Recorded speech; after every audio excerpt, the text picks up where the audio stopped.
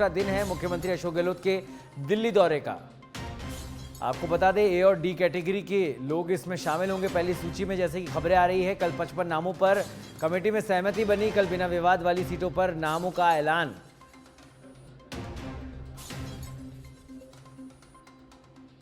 तो पहली सूची के अंदर स्थापित नेताओं का नाम होगा। कल रात हुई स्क्रीनिंग कमेटी की बैठक से जुड़ी हुई खबर बता रहे हैं हम आपको। 55 नामों पर कमेटी में सहमति बन गई है। विवाद वाली सीटों पर नाम फाइनल किए गए हैं। कुल 55 नाम ये सामने आ सकते हैं। पहली सूची में स्थापित नेताओं के नाम हैं। डी कैटेगरी वाली सीटों पर फिलहाल मंथन जारी है। तो फिलहाल डी कैटेगरी के नामों पर मंथन जारी है। ए और डी कैटेगरी को शामिल करने की बात सामने आ रही थी। अभी 55 नाम शामिल कर नामों की घोषणा और उन पर आपसी सहमति बनी है। कल की मीटिंग के बाद से जुड़ी हुई इस समय की बड़ी खबर हम आपको बता रहे हैं। और इस खबर पर अधिक जानकारी के लिए हमारे साथ जुड़ गए हमारे विशेष संवाददाता दिनेश डांगी। दिनेश, स्क्रीनिंग कमेटी की कल बैठक हुई। मुख्यमंत्री, पीसीसी अध्यक्ष, तमाम लोग मौजूद थे। 55 नामों की घोषणा और 55 नामों की सहमति बनी गई है, ऐसी खबरें आ रही है। फिलहाल क्या कुछ अपडेट है?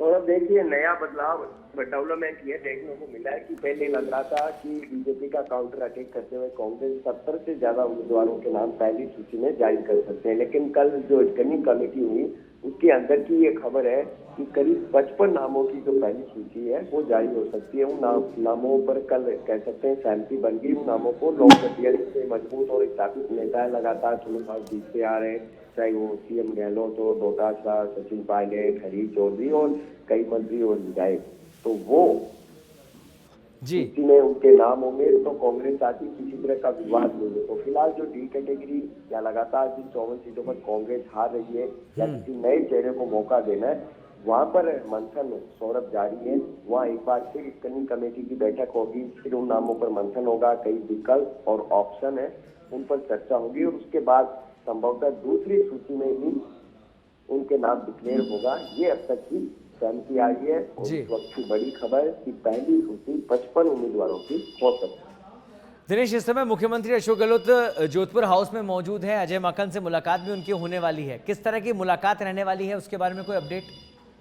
जी देखिए, सीएम अशोक गहलोत दिल्ली में जोधपुर हाउस में मौजूद है और कई वरिष्ठ नेताओं से आज उनका मुलाकात का कार्यक्रम हो सकता है। दोपहर 12 बजे उनकी पार्टी के राष्ट्रीय कोषाध्यक्ष और राजस्थान के पहले प्रभारी रहे अजय माकन से मुलाकात प्रस्तावित है, क्योंकि चुनाव के अंदर कई तरह का जो कह सकते हैं कि पैसा भी खर्च होता है और एआईसीसी और पीसीसी पार्टी स्तर पर उसे वहन करते हैं कि आचार संहिता और इलेक्शन कमीशन के चलते कई राइडर लगते हैं। तो उस मैनेजमेंट को किस तरह देखना है, शायद उस मसले को लेकर दोनों के बीच में बातचीत हो सकती है।